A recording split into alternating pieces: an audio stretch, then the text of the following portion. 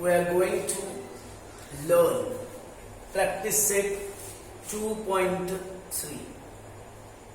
Question is, solve the quadratic equation by completing square method. I have already explained that there are three methods of solving the quadratic equation. Factorizing method, second one completing square method, and third one using formula method.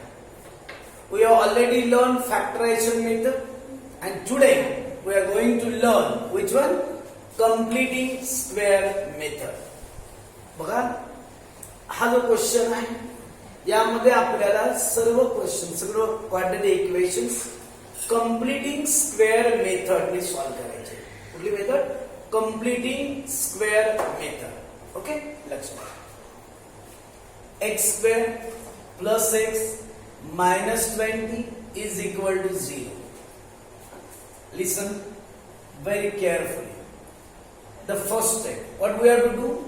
You have to take the third term to the other side. पहिली step काय करायची? यामध्ये जे third term जे आहे, हे first term आहे, हे सेकंड टर्म आहे, हे थर्ड टर्म आहे. या थर्ड टर्मला इज इक्वल टू च्या पलीकडे घ्यायचं. म्हणून बघा, X square plus X is equal to हे -20 तिकडे गेल्यामुळे +20 झाले.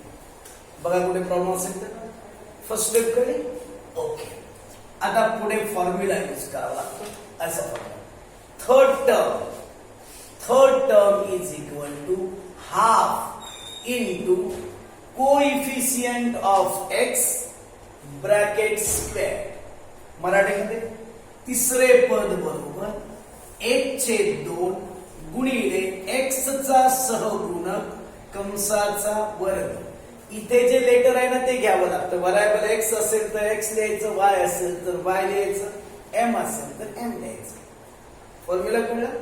Third term is equal to half into coefficient of x bracket square. Okay, is equal to half. You can see here what is the coefficient of x. बघा, x चा coefficient ते check करा. There is no any coefficient. It means there is 1. इथे कोणताच अंक नाहीये बघा, म्हणजे कोण असणार आहे? 1 असणार आहे. म्हणून x चा सहगुणक कोएफिशिएंट ऑफ x किती आला? 1 आला. आता एक काम करायचं, मल्टिप्लाय करा. जर इथे डिवाइड होत असेल तर करू शकतो आपण. इथे आता काय डिवाइड करायचा प्रश्नच येत नाही. Direct multiply. 1 ने 1 ला मल्टिप्लाय केलं 1/2 आहे. तसंच ब्रॅकेट स्क्वेअर. 1 चा स्क्वेअर 1, 2 चा स्क्वेअर 4. बघा इथेपर्यंत कुठे प्रॉब्लेम आहे का? नेक्स्ट स्टेप काय बघा, adding 1/4 to both side.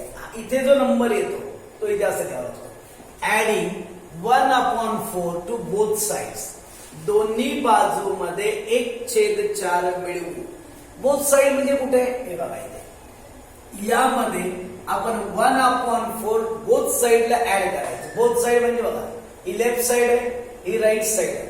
Okay, मग यामध्ये बघा, इथे बघा, एक्स स्क्वेअर प्लस एक्स, याच्यामध्ये 1/4 ऍड केलं इज इक्वल टू, इथे किती आहे? 20 आहे का? 20 मध्ये पण 1/4 ऍड केलं. ओके, ही स्टेप्स आहे तशीच लिहून घेतली. पहिल्यांदा हे आपण सॉल्व्ह करूया. इथे मध्ये प्लस साइन आहे. आपण काय करू शकतो बघा, याने याला मल्टिप्लाय करायचं, त्याच्यात हे ऍड करायचं. काय केलं बघा, 4 ने याला मल्टिप्लाय करा, त्याच्यात हे ऍड करा. 4 ने 20 ला मल्टिप्लाय केलं 80 आहे ना, 80 मध्ये 1 ऍड केलं 81/4. किंवा आपण असं पण घेऊ शकतो बघा, मी इथे पण दाखवतो.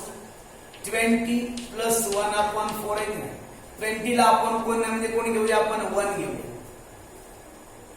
You have to make the denominator equal. काय करता येईल बघा, पहिल्या त्या दोघांचं मल्टिप्लाय. 4 ने 1 ला मल्टिप्लाय, 4 1 ला, आणि देन क्रॉस मल्टिप्लाय. बघा, याने याला मल्टिप्लाय केलं 80, 1 ने 1 ला मल्टिप्लाय केलं 1, मग किती येणार बघा? 81/4. असं पण करता येईल. इथे डायरेक्ट केलं बघा, याने याला मल्टिप्लाय केलं, त्याच्यामध्ये हे काय केलं? ऍड केलं. 81 प्लस अपॉन 4. नेक्स्ट स्टेप खूप इम्पॉर्टंट आहे, लक्षात घ्या. ही स्टेप कुठून आली बघा? काय करायचं आहे का इथे बघा X square plus x plus 1/4 हे आहे की नाही हा कुणाचा तरी ना स्क्वेअर आहे. This one is square of one of the number. हा कुणाचा स्क्वेअर आहे कसं फाइंड करतात माहितीये का काय करतात का फर्स्ट टर्मचं स्क्वेअर रूट घ्यायचं. इथे स्क्वेअर एक्स स्क्वेअर आहे की नाही म्हणून फक्त इथे एक्स घ्यायचं. मिडल टर्मचं फक्त साइन घ्यायचं. मिडल टर्मला प्लस आहे मग इथे प्लस घ्या. इथे मायनस असेल तर मायनस आहे. आणि इथे थर्ड टर्म कोणते आहे बघा 1/4 आहे की नाही त्याचं पण स्क्वेअर रूट करा. 1चा स्क्वेअर 1 4 कुणाचा स्क्वेअर आहे 2चा म्हणून 1/2 आणि याला ब्रॅकेट मध्ये टाकून स्क्वेअर करायचं. हा जर आपण स्क्वेअर केला फॉर्म्युला वापरून a plus B bracket square तर हेच आन्सर आहे ना a square plus 2ab plus B square formula वापरून एवढंच आन्सर आहे. हे फाइंड करायची मेथड कशी असते का एक्स स्क्वेअर आहे ना याचं स्क्वेअर रूट काढायचं.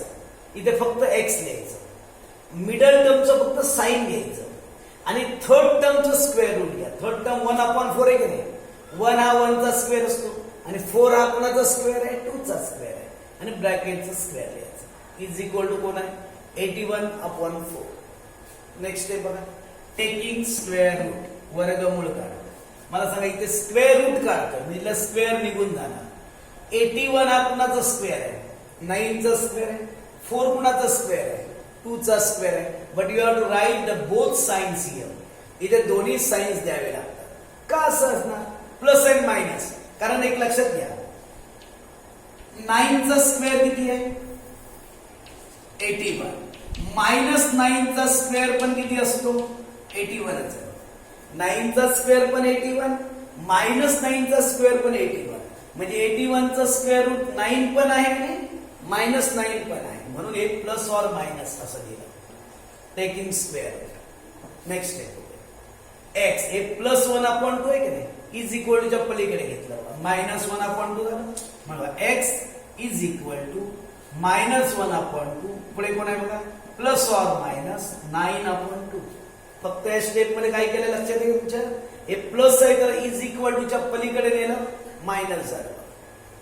आता लक्षात you can see here the denominator are equal. इथे पण 2 आहे इथे पण 2 आहे का मग डिनोमिनेटर 1 टाइमच द्यायचं इथे लिहिलं एकदाच लिहायचं. मग न्यूमरेटर कोण कोण राहिलं बघा वर कोण कोण राहिलं बघा -1 प्लस ऑर मायनस 9 आहे ना. आता याला सेपरेट करायचं एकदा प्लस घ्यायचं आणि एकदा मायनस घ्यायचं. म्हणून बघा एक्स इज इक्वल टू -1 इथे एकदा प्लस 9 घेतलं बघा अपॉन 2 ऑर पुन्हा एक्स घ्यायचं एक्स इज इक्वल टू -1 इथे आपण प्लस 9 घेतलं होतं की नाही इथे काय घ्यायचं -9 घ्यायचं अपॉन 2. कळलं का इथे काय केलं आपण इथे ऑर मध्ये कन्वर्ट केलं एकदा प्लस 9 घेतलं इथे -9 घेतलं. नेक्स्ट स्टेप बघा याला साइन कोणता आहे मायनस याला कोणता आहे प्लस मग या दोघांची सबट्रॅक्शन येईल का 9 मधून 1 मायनस केला किती येणार 8 येईल. मग 2 ने 8 ला डिवाइड करा 2 4 जा 8 x ची व्हॅल्यू किती आली 4 आली. इकडे बघा -1 -9 दोघांना पण सेम साइन आहे सेम साइन आहे म्हणजे ऍडिशन होणार -1 नाही -9 किती येईल -10. बघा पुन्हा एकदा आहे का when there are equal signs you have to make the addition and give the same sign. जे आहे ते साइन द्यायचं असतं म्हणून -10 आणि 2 ने डिवाइड केलं बघा 2 5 जा 10 x ची व्हॅल्यू किती आली -5. therefore solution is equal to 4 and -5. लक्षात घ्या व्यवस्थित. या मेथडला आपण कुठली मेथड म्हटलं कम्प्लिटिंग स्क्वेअर मेथड. पुन्हा एकदा जस्ट फक्त एकदा लक्षात घ्या बघा पहिल्यांदा third term is equal to च्या पलीकडे घेतलं then we have use the formula third term is equal to half into coefficient of X bracket square X ची व्हॅल्यू टाकली यांचं मल्टिप्लाय केलं ब्रॅकेटचा स्क्वेअर केला नंतर हे दोन्ही साइड मध्ये ऍड करायचं ऍडिंग 1/4 टू बोथ साइड. बघा इथे पण ऍड केलं या दोघांमध्ये ऍड केलं याने याला मल्टिप्लाय करून हे ऍड केलं 81/4 आला. फक्त कॉम्प्लिकेटेड प्रॉब्लेम कदाचित आला तर हा प्रॉब्लेम येऊ शकतो. हा स्क्वेअर कुठून आला पुन्हा एकदा आहे का याचं स्क्वेअर रूट घ्यायचं मिडल टर्मचं साइन घ्यायचं आणि हा जो आहे ना 1/4 आहे ना कुणाचा स्क्वेअर आहे त्याचा स्क्वेअर रूट घ्या 1/2 ब्रॅकेट स्क्वेअर आहे ते आहे ते सगळं स्क्वेअर रूट घेतलं हिला स्क्वेअर निघून गेला हे इथे प्लस ऑर मायनस बघा 81 कुणाचा स्क्वेअर आहे 9चा 4 कुणाचा स्क्वेअर आहे 2चा हे प्लस होते इज इक्वलच्या पलीकडे गेलं मायनस झालं बघा नंतर नेक्स्ट स्टेप मध्ये बघा डिनोमिनेटर इक्वल आहे की नाही इक्वल आहे म्हणून एकदाच लिहून घ्यायचंय नंतर बघा -1 प्लस ऑर -9 आहे तसं लिहिलं एकदा +9 एकदा -9 इथे बघा साईन डिफरंट आहे वेगवेगळी साईन आहे की नाही म्हणून यांची सबट्रॅक्शन केली 8 आलं 2 ने डिवाइड केल्यावर 4 आलं दोघांना सेम साईन आहे की नाही म्हणून ऍडिशन करायची 9 आणि 1 10 पण -10 आहे बघा 2 ने डिवाइड केलं 5 येतं नेक्स्ट इज इक्वल कसे येणार सांगा -5 therefore solution 4 and -5 ओके